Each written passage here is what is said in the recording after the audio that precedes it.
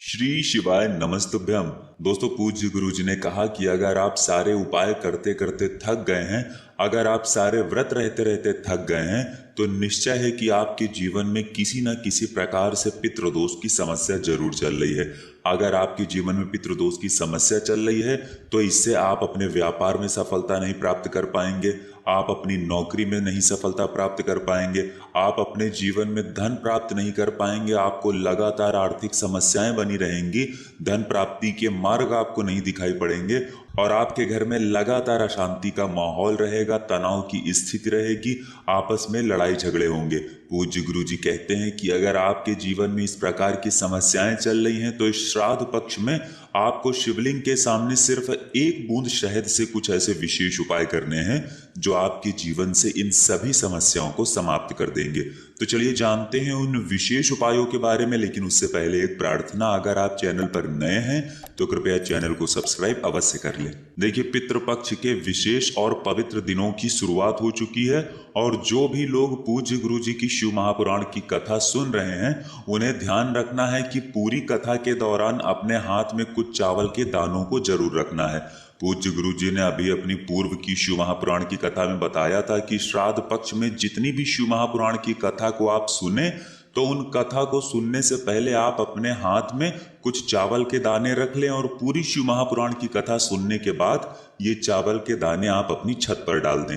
तो आपको ये कार्य पूरे पितृपक्ष में जरूर करना है। अब इसके बाद बात करते हैं पूज्य गुरु जी द्वारा बताए गए सबसे पहले उपाय के बारे में। देखिए, ये उपाय उन लोगों को करना है जिनके जीवन में पितृदोष की वजह से किसी भी कार्य में उन्हें सफलता नहीं मिल पा रही है, उनका विवाह समय से नहीं हो पा रहा है, पितृपक्ष प्रसन्न ना होने की वजह से उनका व्यापार, नौकरी ये सब अच्छे से चल नहीं रहे हैं, जीवन में लगातार तनाव की स्थिति बनी है, तो ऐसे लोगों को ये विशेष उपाय करना चाहिए। देखिए, इस उपाय के लिए आपको काले तिल के कुछ दाने ले लेने हैं। काले तिल के आप 7 दाने भी ले सकते हैं या फिर 11 दाने भी ले सकते हैं, जितने दाने भी आप लेना चाहें उतने दाने ले सकते हैं। फिर इसी के साथ आपको 1 लोटा जल ले लेना है। लोटा आप तांबे का ले लीजिएगा और जल आप अपने किचन से ही लीजिएगा। आपके किचन में आरओ, मटका या बाल्टी जो कुछ भी रखा हुआ हो वहीं से आपको जल ले लेना है। क्योंकि आप सभी जानते होंगे कि जो किचन में जल रखा होता है वो हमारे पितरों का स्थान होता है, इसलिए हम इस पूरे पितृपक्ष के दिनों के दौरान जब भी शिवलिंग में जल समर्पित करने जाएं तो अपने किचन से ही जल लेकर जाएं। ऐसा करने से शिवलिंग में चढ़ाया हुआ जल सीधे हमारे पितरों को ही प्राप्त होता है और उससे वो प्रसन्न होकर हमारी समस्त मनोकामनाओं को परिपूर्ण करते हैं। देखिए, अब ये 1 लोटा जल और काले तिल के दाने लेकर आपको पहुंच जाना है किसी भी वट वृक्ष के नीचे।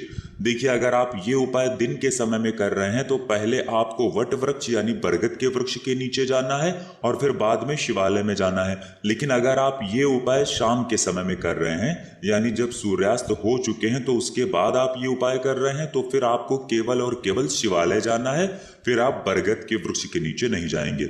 देखिए, बरगद के वृक्ष के नीचे पहुंचकर आप ये काले तिल के दाने 1 लोटे जल में डाल देंगे। एक एक करके ये काले तिल के दाने इस 1 लोटे जल में डाल दीजिए। फिर इस 1 लोटे जल से थोड़ा जल आप बरगद के वृक्ष की जड़ में समर्पित कर दीजिए और वटकेश्वर महादेव का नाम ले लीजिए। कौन से महादेव? वटकेश्वर महादेव। वटकेश्वर महादेव का नाम लेते हुए आपके जीवन में पितृदोष से संबंधित जो भी समस्या चल रही हैं, पितृदोष की वजह से आप अपने जीवन में धन की प्राप्ति नहीं कर पा रहे हैं, पितृ आपके प्रसन्न नहीं है तो आप अपने व्यापार में तरक्की नहीं कर पा रहे हैं, आपको अच्छी नौकरी नहीं मिल पा रही है, या किसी भी प्रकार की समस्या अगर पितृदोष की वजह से चल रही है तो पूज्य गुरु जी ने कहा कि उस समस्या का स्मरण कर लीजिएगा और थोड़ा सा जल समर्पित कर दीजिएगा। फिर उसके बाद बचा हुआ पूरा जल लेकर आपको पहुंच जाना है शिवालय। शिवालय पहुंचने के बाद ये पूरा जल आपको शिवलिंग के ऊपर धीरे धीरे समर्पित करते जाना है और लगातार वटकेश्वर महादेव का स्मरण कर लेना है। वटकेश्वर महादेव का स्मरण करते हुए जल बिल्कुल धीरे धीरे समर्पित करिएगा। फिर जल समर्पित करने के बाद आपकी जो भी समस्या है, जो अभी आपने बरगद के वृक्ष के नीचे बोली है, वही समस्या आपको फिर से शिवलिंग के सामने महादेव से बोल देनी है और वटकेश्वर महादेव से प्रार्थना कर लेनी है कि इस समस्या से दूर करके मेरे पितरों को प्रसन्न करने की कृपा करिए और मेरे जीवन में भी सुख शांति तथा वैभव की प्राप्ति कराने की कृपा करिए। ऐसी प्रार्थना करते हुए फिर वापस आप अपने घर पहुंच जाइए। पूज्य गुरुजी ने कहा कि अगर आप इस पितृ पक्ष में पड़ने वाले सोमवार के दिन ये विशेष उपाय करते हैं तो हम आपको यकीन दिलाते हैं कि इस छोटे से उपाय से आपके पितृ आपसे प्रसन्न होते हैं, महादेव की कृपा आपके जीवन में बनती है तथा पितरों की कृपा आपके जीवन में बनती है और पितरों की वजह से जो समस्या आपके जीवन में आ रही है उन सब से आपको छुटकारा मिलता है। बस आपको ध्यान रखना है कि अगर आप दिन में ये उपाय कर रहे हैं तो पहले बरगद के पेड़ के नीचे थोड़ा जल समर्पित करेंगे, फिर शिवलिंग में पूरा जल समर्पित कर देंगे। और अगर आप शाम के समय में ये उपाय कर रहे हैं यानी जब सूर्यास्त हो गए हैं उसके बाद आप ये उपाय कर रहे हैं तो आप पूरा जल शिवलिंग के ऊपर ही समर्पित करेंगे, फिर आप बरगद के वृक्ष के नीचे नहीं जाएंगे। अब इसके बाद बात करते हैं पूज्य गुरु जी द्वारा बताए गए दूसरे खास उपाय के बारे में। ये उपाय भी आपके जीवन से इन सारी समस्याओं को समाप्त करेगा, आपके पितरों को प्रसन्न करेगा।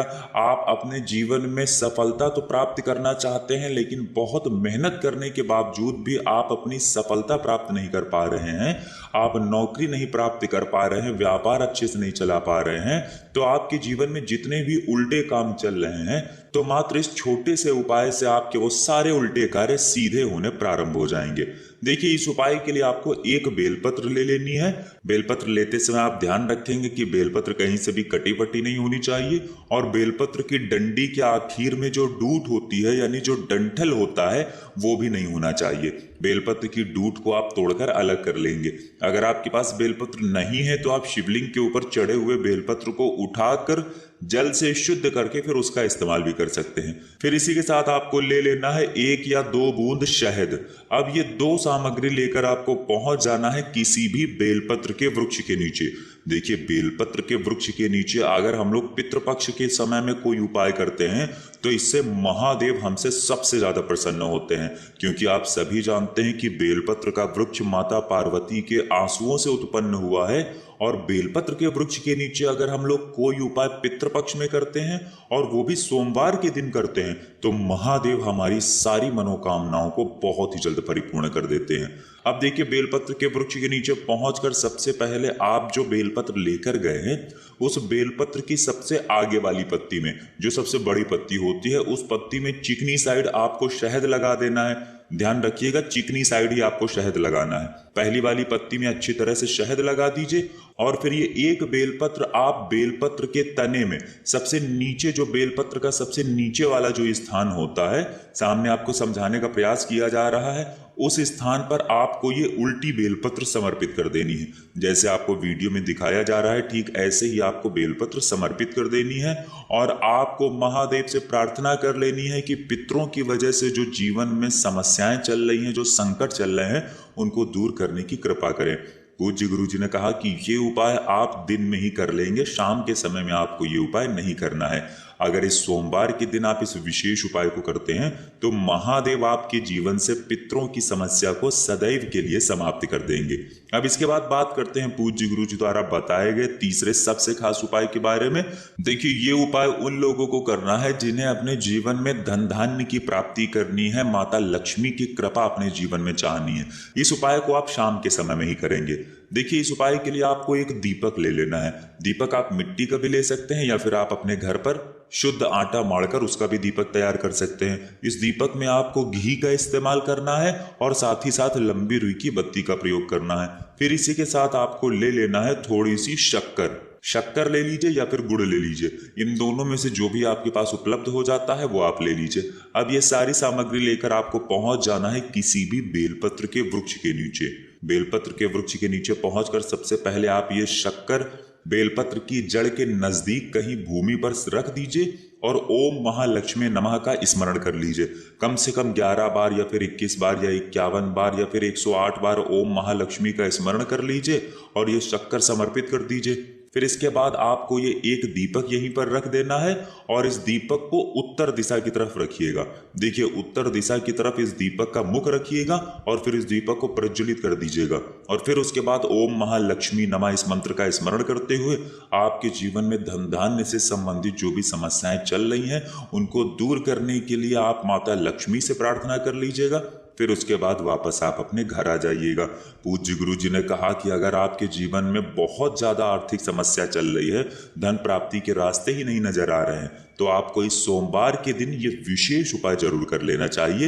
ये उपाय करने के बाद आपके जीवन में धन से संबंधित जो भी समस्याएं चल रही हैं वो बहुत ही शीघ्रता से समाप्त हो जाएंगी।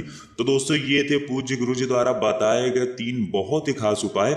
अगर आपको जानकारी अच्छी लगी हो तो वीडियो लाइक करिएगा। मिलते हैं फिर एक नए वीडियो के साथ। श्री शिवाय नमस्तुभ्यम।